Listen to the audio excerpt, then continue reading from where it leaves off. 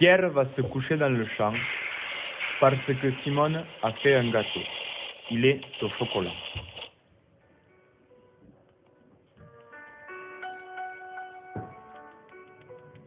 On peut s'imaginer que cette phrase a été utilisée par le marquis Saint-Jean en juillet 1943 lors de l'invasion des Allemands à Monteil.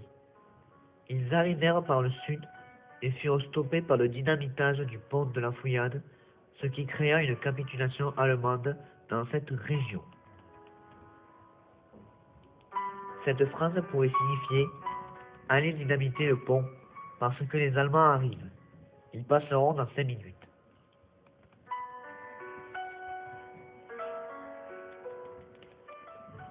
La radio a été utilisée de nombreuses fois pour la résistance. Durant la Seconde Guerre mondiale, la radio est inventée en 1895 pour communiquer entre les continents et diffuser des messages à toute la population. Durant la Seconde Guerre mondiale, elle est utilisée pour diffuser des informations et messages codés.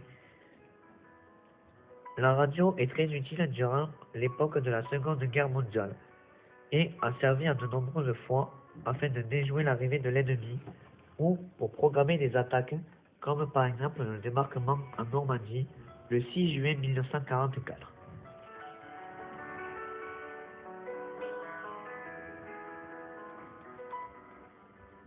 « 17 juin. La France est envahie par les troupes allemandes. La radio a été utilisée par le maréchal Pétain pour donner l'ordre de cesser le feu à ses troupes. Il voulait signer l'armistice.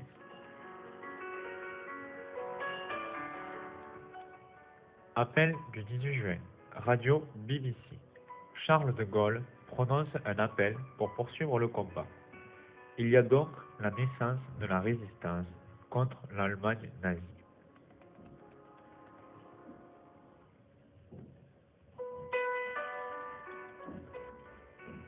« 22 décembre 1921. Premier émetteur radio sur la Tour Eiffel. Il sauve le monument de la démolition. C'est un outil de communication. La radio se situe dans un petit cabanon en bois. Il est facilement inondable. On ne peut donc pas toujours y accéder. Il y a dessus un panneau danger. Il y a un peu de matériel. Le micro est posé sur la table. C'est donc un bon outil de communication. Elle peut aussi joindre la population des pays extérieurs.